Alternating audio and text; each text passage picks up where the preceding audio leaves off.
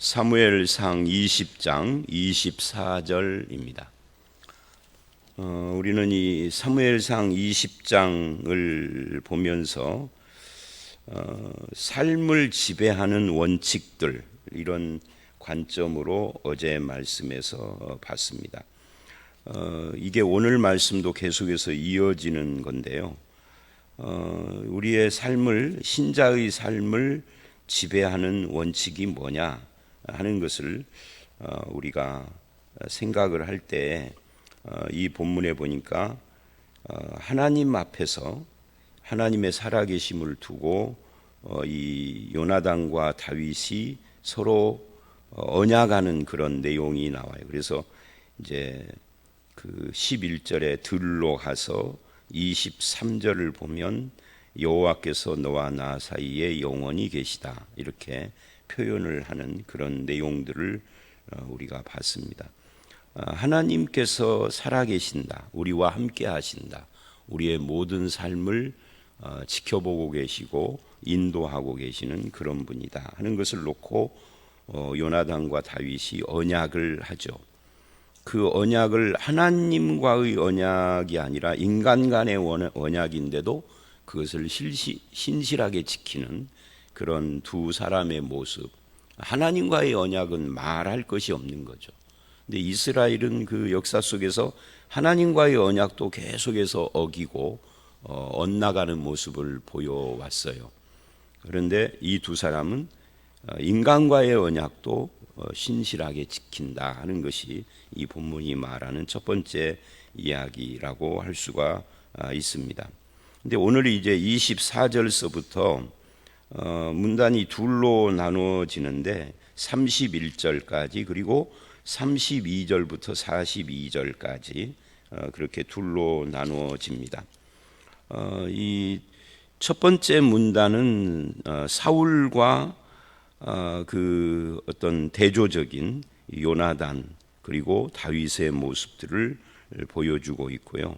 이제 아버지 사울과 아들 요나단 사이에 어떤 언쟁 같은 그런 내용들이 나와요. 그리고 32절로 마지막 절은 이별의 화살을 쏘고 이별을 하는 그런 모습이라고 할 수가 있는데 24절 초하루가 되매, 이 초하루가 옛날 성경에는 월삭이라고 되어 있죠. 뭐 요즘 월삭 예배 드리는 교회들이 있잖아요.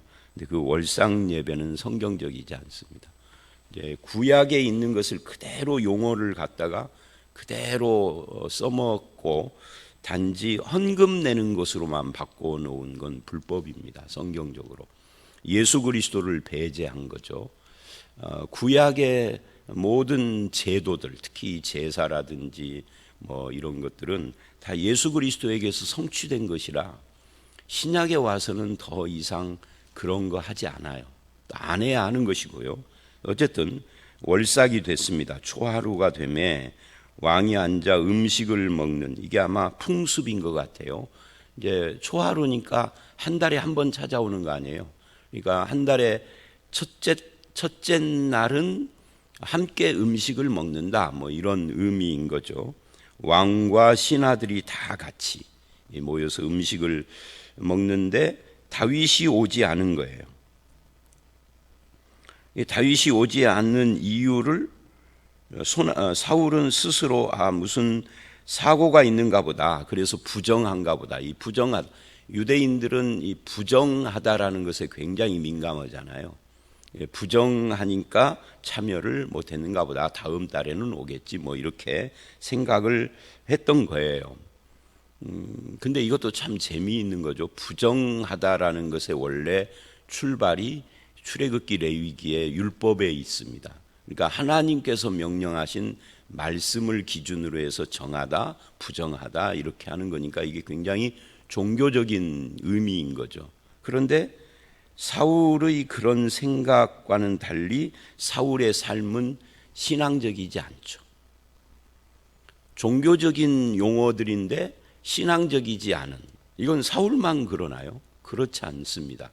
오늘 우리들도 굉장히 종교적인 언행을 하지만 실제로 삶은 신앙적이지 않은 그런 것들이 우리들에게도 있을 수 있죠. 이거는 굉장히 주의해야 합니다. 그것이 고착화되면은 그게 외식이 되고 위선이 되니까요. 어쨌든 부정한가 보다라고 생각을 했는데 27절 이튿날 곧 그 달의 둘째 날에도 다윗이 자리가 여전히 비었으므로, 그러니까 계속해서 빠진 거예요. 그래서 사울이 이상하게 생각을 이제 했습니다. 아들 요나단에게 묻죠. 왜 요나단이 다윗하고 친한 것을 아니까 물었겠죠. 어째서 이새의 아들이 오늘 또 식사 자리에 안 왔느냐 하고 물은 거예요. 근데 이제 그 첫 초하루의 음식은 왕과 신하들이 다 같이 음식을 먹는 건데, 이 둘째 날의 음식도 모든 신하들이 함께 먹었을까 하는 것은 조금 그거는 의문이 있어요. 왜냐하면 이렇게 한다면 한 달 내내 그리고 1년 내내 모든 신하들이 함께 밥을 먹는 것이니까 아마 여기는 그런 것은 아닌 것 같고, 아마 이 다윗이 이제 그 어떤 사울과 특별한 관계에 있어서 이렇게 식사를 함께 하지는 않았을까. 이건 뭐 중요한 것은 아닙니다만은, 그런데 둘째 날에도 빠지니까 그래서 이제 요나단이 대답을 하는 내용이 28절이죠. 요나단이 사울에게 대답하되 다윗이 내게 베들레헴으로 가기를 간청했습니다. 원하건대 나에게 가게 하라. 우리 가족이 제사할 일이 있으므로 형이 오라고 했습니다. 그래서 식사 자리에 못 온 겁니다 라고 대답을 했는데, 그런데 30절 사울이 요나단에게 화를 내요. 그러니까 사울은 벌써 안 거죠. 이 다윗이 안 보이는 것과 요나단이 어떤 관련이 있다 하는 것을 알고 있고, 이거는 이제 어떤 수상한 의미가 있음도 깨달은 거예요. 막 화를 냅니다. 근데 화를 내면서 하는 말이 30절, 31절, 이게 이제 오늘 말씀의 첫 번째 핵심입니다. 지금까지 24절서부터 29절까지는 이 말을 소개하기 위한 어떤 무대, 장치, 배경 같은 그런 이야기라고 할 수 있고요. 뭐라고 하느냐면 이게 이제 사울의 속마음이에요. 왜 사울이 다윗을 그렇게 싫어하는가를 이제 성경에서 최초로 밝히는 내용이죠. 그동안에 계속 다윗을 죽이려고 하지 않습니까? 17장 이후에 18장서부터 18, 19, 20장. 이것이 이제 비록 3장이지만 세월이 얼마나 흘렀는지는 알 수가 없어요. 사울의 속마음, 그 속마음이 뭐죠? 자기 아들을 막 욕을 해요. 막 쌍욕을 하죠. 거기 폐영무도한 계집의 소생아. 이 폐영무도한 계집이 누구겠어요? 자기 부인인데, 자기 부인, 그러니까 요나단의 엄마를 아주 이게 이제 이렇게 폐영무도한 계집이라고 했으니까 이게 우리나라식으로 말하면 굉장히 쌍욕을 한 거죠. 의 소생아, 그러니까 엄마를 욕한 거예요. 자기 아들.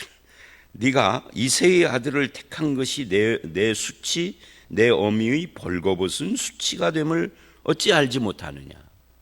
그러니까 네가 지금 굉장히 잘못하고 있다 하면서 막 아들에게 욕을. 여러분, 아무리 아버지라 해도 어머니를 욕하면서 나에게 화를 내는 모습은 얼마나 그 참기가 어렵겠어요. 그러니까 요나단도 이제 뒷부분에 아버지 오고 큰 소리를 치고 이제 싸운 거죠. 그러면서 31절에 이제 속마음이 나옵니다. 그 요나단을 막 욕을 한 뒤에 그 어머니까지 싸잡아서 욕을 한 다음에 뭐라고 그러냐면, 이새의 아들이 땅에 사는 동안, 즉 다윗이 살아있는 동안 너와 내 나라가 든든하게 서지 못하리라. 말하자면 다윗이 있으면 네가 다음 때 왕위를 물려받기 어려울 거다. 또 정녕 물려받는다 할지라도 튼튼한 나라를 세울 수 없을 것이다. 왜? 사람들이 다윗이 인기가 많아서 그쪽으로 민심이 쏠려 있으니까 네가 왕노릇 제대로 못할 거야. 아니, 왕 자리에 앉는 것 자체도 아마 힘들지도 몰라. 그러면 내가 다윗을 죽이려고 하는 것은 나 때문이냐? 나는 왕이니까 어차피 그런데 너는 왕이 못 될지도 모르는, 너를 위해서 내가 다윗 죽이려고 그러는데 네가 다윗 편을 들어, 뭐 이런 이야기죠. 그러니까 이 빗나간 아버지의 자식 사랑, 그런 거죠. 하나님의 뜻하고는 전혀 관계없이. 근데 요나단은 그런 거 상관하지 않는 거예요. 이 다윗과 하나님이 함께 계신다라는 것을 알기 때문에 내가 왕이 되고 안 되고 이거에 상관하지 않는 거예요. 그런데 이제 아버지는 그런 것이 아니죠. 그래서 내가 너에게 왕 자리를 물려주려고 하는데 자꾸만 다윗이 사람들에게, 백성들에게 부각이 되니까 아버지의 마음이 애가 타는데 너는 어째 다윗 편을 드느냐. 그런즉 사람을 보내어 그를 내게 끌어오라. 그는 죽여야 할 자다. 그를 죽여야 네가 왕이 된다. 그런 이야기. 하나님을 불순종하는 부정인 거죠. 끝까지 그것 때문에, 자식 문제 때문에. 그러니까 이게 사울만이 아니라 우리들도 그런 생각하잖아요. 내 문제라고 하면은 나는 뭐 감수할 수 있어. 이것이 내 자식 문제가 되니까 내가 못 참는 것이. 이건 모두 아버지나 어머니는 다 비슷한데 그것의 기준이 이게 권력 문제고 하나님의 뜻이 아니라 나의 사사로운 욕심의 문제고, 이제 이렇게 되니까 문제가 되는 거예요. 그래서 사울은 이것 때문에 끝까지 악한 삶을 산 거예요. 결국은 다윗을 없애야 할 이유가 여기에 있는 거죠. 미움, 증오, 시기. 원래 이제 자기의 시기, 질투, 비교 의식, 여기에서부터 생긴 것인데 그것이 사실은 마음속에, 깊은 마음속에 내 자식이 왕위를 못 물려받을까 봐 불안함이 있었던 거죠. 그래서 이 사울의 문제는 비교 의식이지만 실제로는 불안인 거죠. 비교 의식에서 나온 불안. 이 불안함이 증오가 되고 분노가 되고 나중에는 뭐 악령이 들려서 막 떠들어대기도 하고 이제 이런 것으로 나타났는데, 결국은 사울은 이런 의미에서 하나님의 뜻하고는 아무 상관없이 사는 그런 존재였다 하는 것을 드러내고 있는 겁니다. 그래서 이제 다시 또 우리가 여기서 생각을 해야 하는 것은 20장 전체에서 계속해서 등장하는 것이 23절 그리고 42절. 여러분 42절에도 23절하고 똑같은 이야기가 나오죠. 다윗과 요나단이 헤어지면서 맹세를 또 해요. 여호와께서 영원히 나와 너 사이에 계시고 라고 하잖아요. 이게 삶을 지배하는 원칙이다 하는 이야기입니다. 거기에서부터 뭐가 나왔어요? 어저께 자비하심, 인자함, 사람들에게 인자함을 베푸는 하나님이 아니라 인간이 인간에게, 이런. 그래서 20장의 삶의 원칙은 여호와께서 함께 하심, 우리 사이에 계심, 그리고 거기서 나오는 인자함을 베푸는 삶. 이게 삶의 두 원칙이단 말이죠. 어제 이제 다 했던 이야기인데 오늘 또 그 이야기를 하고 있는 겁니다. 그러니까 요나단과 아버지 사울은 그게 다른 거예요. 사울은 오직 자식 사랑, 요나단은 여호와께서 우리 가운데 영원히 거하심. 뭐가 믿음이죠? 자식 사랑이 믿음이 아니라 여호와께서 우리 사이에 계심, 살아계심, 나와 함께 하심. 이게 믿음인 거죠. 그래서 요나단은 지금 뭐 다윗과 함께 자기들의 일생을 바꾸어 놓는 결정을 한 겁니다.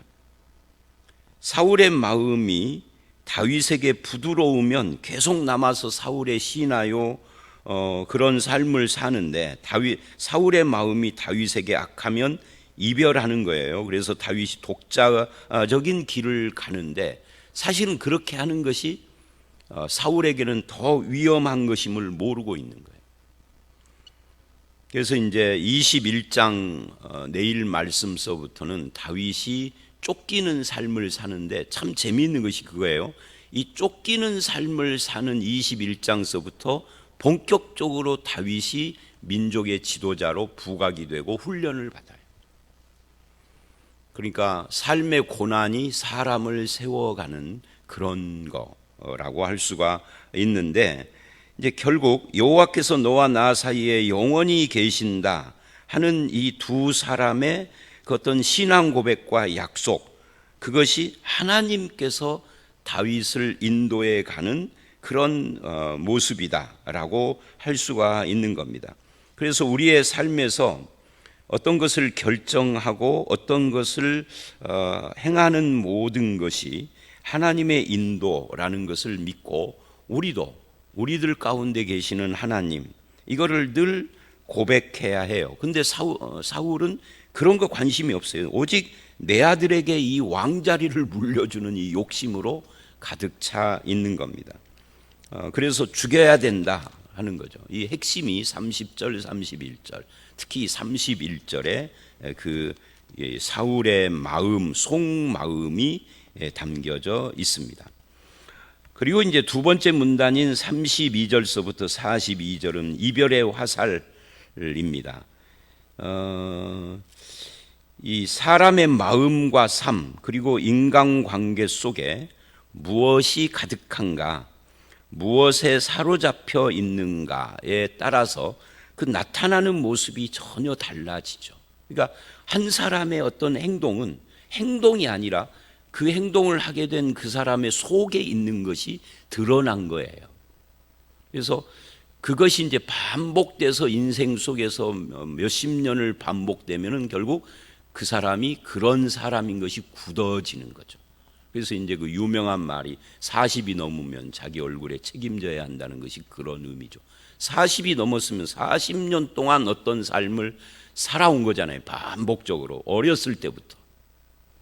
그것이 드러났다, 그런 이야기인데, 이 관상 이야기가 아니라 마음속에 있는 것이 계속 쌓여서 표현되는 것이라는 거죠. 사울과 요나단은 부자지간이지만 정반대의 삶을 삽니다. 왜? 속에 있는 것이 달랐어요.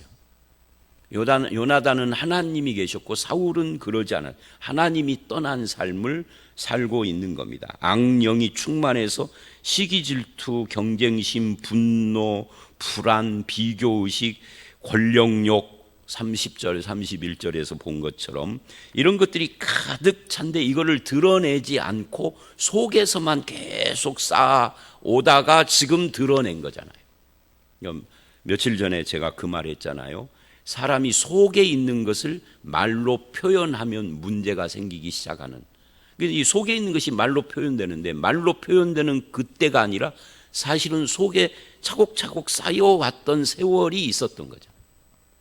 그걸 드러내지 않으면 해결을 할 수 있을지 몰라도 드러내면 이제 사람들이 다 알기 시작하면 해결을 하기가 어려워지는 것이 인간인데, 하여튼 자기 아들의 왕위가 흔들릴까 봐 염려하는 이 빗나간 부정이 사울을 사울되게 했다 하는 이야기죠.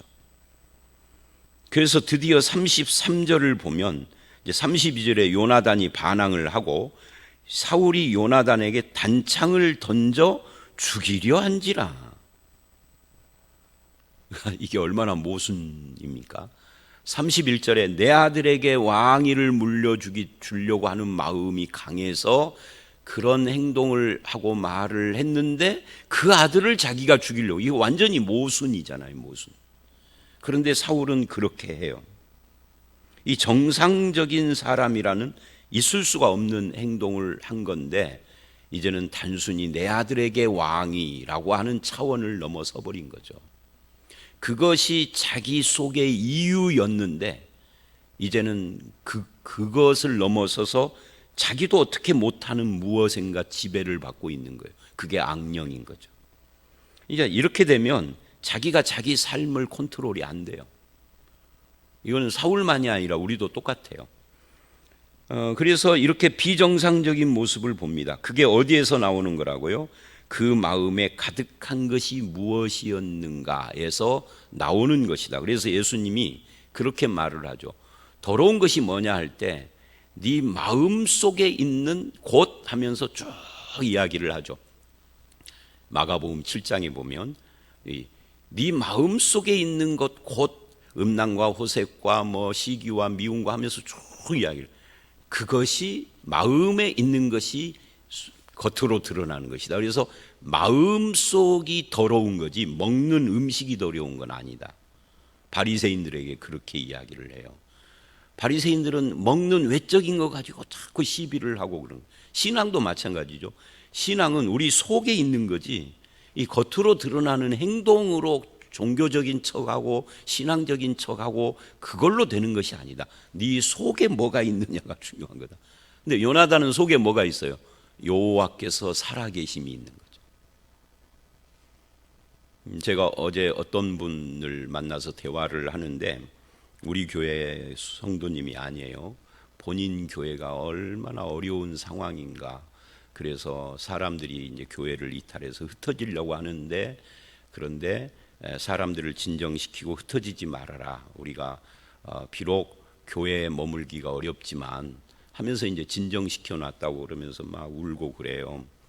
그런데 제가 그랬어요. 그래서 이제 대화를 한참 하다가 이제 목회자가 있으면 새로운 교회를 하나를 시작을 했으면 좋겠다라는 뉘앙스가 있기에 그랬어요. 그건 내가 소개해 줄 수 있습니다. 그랬더니 어떤 목회자를 원하느냐라고 하니까 두 가지를 이야기하는데 첫 번째가 뭔 줄 아세요? 첫 번째가 참 충격적인 목회자를 원하는 거예요. 하나님을 살아계신 하나님을 믿고 인정하는 목회자.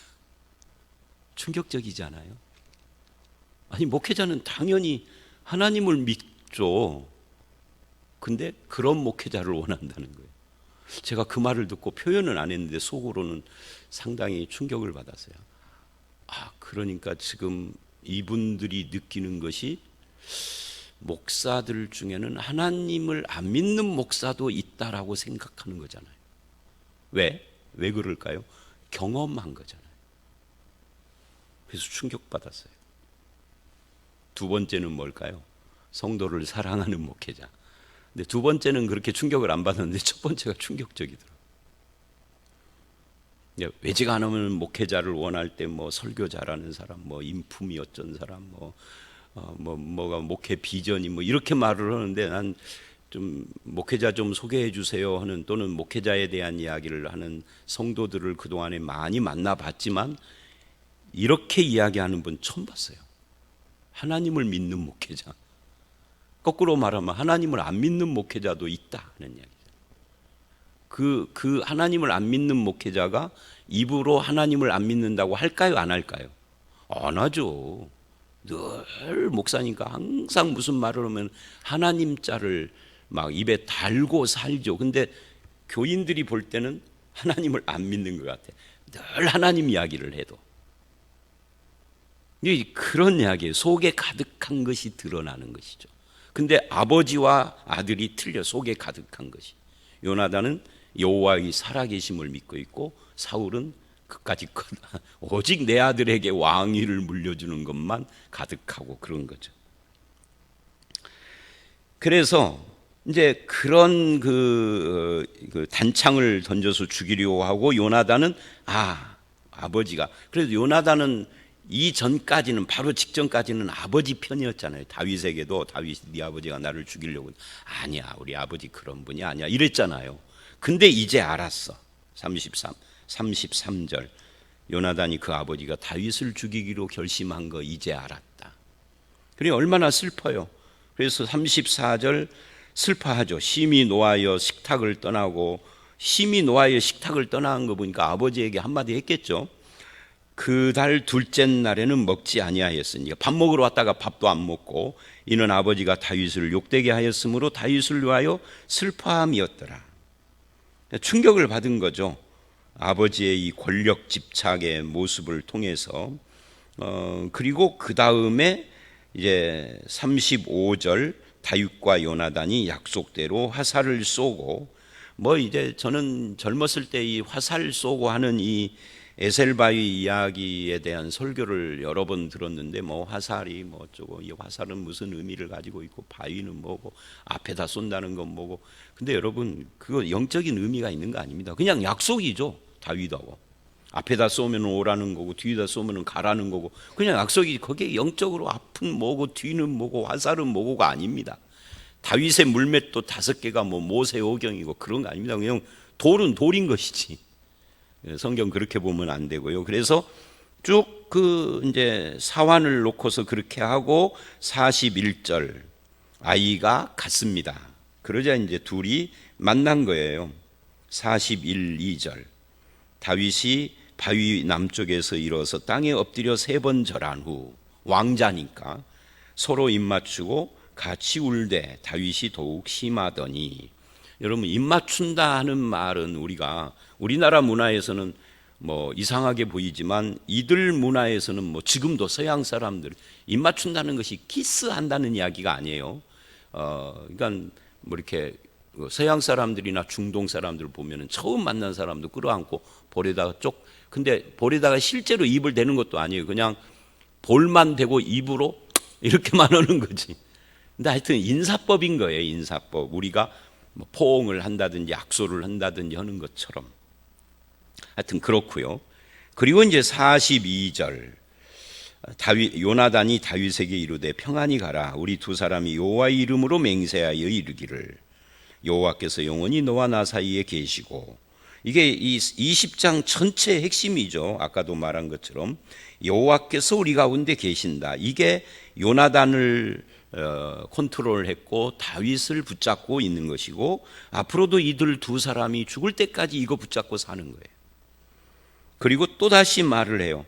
내 자손과 네 자손 사이에 하나님이 계신다. 그러니까 우리 둘뿐만 아니라 양쪽 집안 자손들에게도 하나님이 영원히 계시는 것을 우리가 인정하자.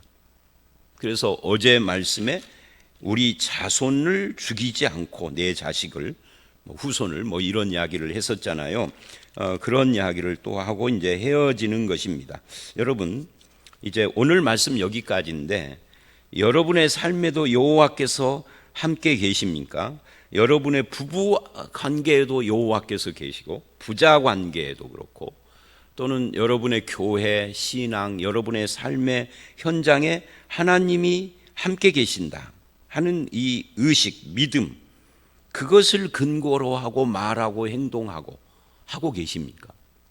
그냥 종교적인 언행을 하지만 마음속에는 여호와가 계신다 하는 것을 마음으로는 사실은 안 믿거나 또는 믿어도 별로 중요하게 생각하지 않는 그런 삶을 살지는 않습니까? 하고 스스로를 점검해 봐야 해요.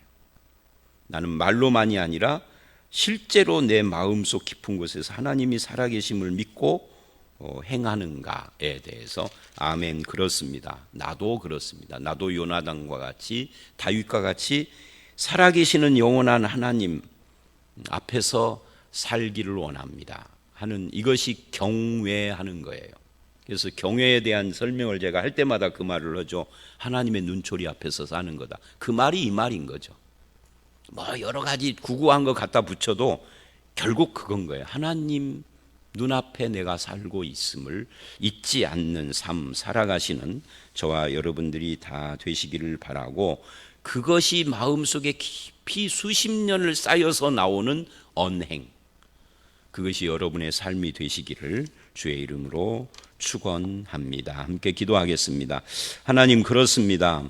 여호와께서 너와 나 사이에 영원토록 계신다라는 이거 한 가지를 가지고 자기의 물려받을 왕권도 아랑곳하지 않고 다윗과 신실한 우정의 관계를 이어가는 요나단이나 또는 그런 마음을 가지고 요나단을 대하는 다윗을 보면서 사울처럼 신앙에 대한 이야기를 해도 속마음에는 하나님이 안 계신 다른 것들이 가득한 사람들과 대조적으로 우리가 생각을 합니다. 우리의 마음 속에는 무엇이 있는지 점검하게 하시고, 믿는 자답게 하나님이 우리 마음에 계시고 우리의 생각 속에 계시고 늘 살아계신 하나님을 생각하며 말하고 행동하는 우리가 되도록 주님 인도하여 주시옵소서. 오늘 이 하루도 영원히 살아계신 하나님이 우리의 삶의 곳곳에 나를 인도해 주시기를 간절히 바라올 때 예수님 이름으로 기도드렸사옵나이다. 아멘.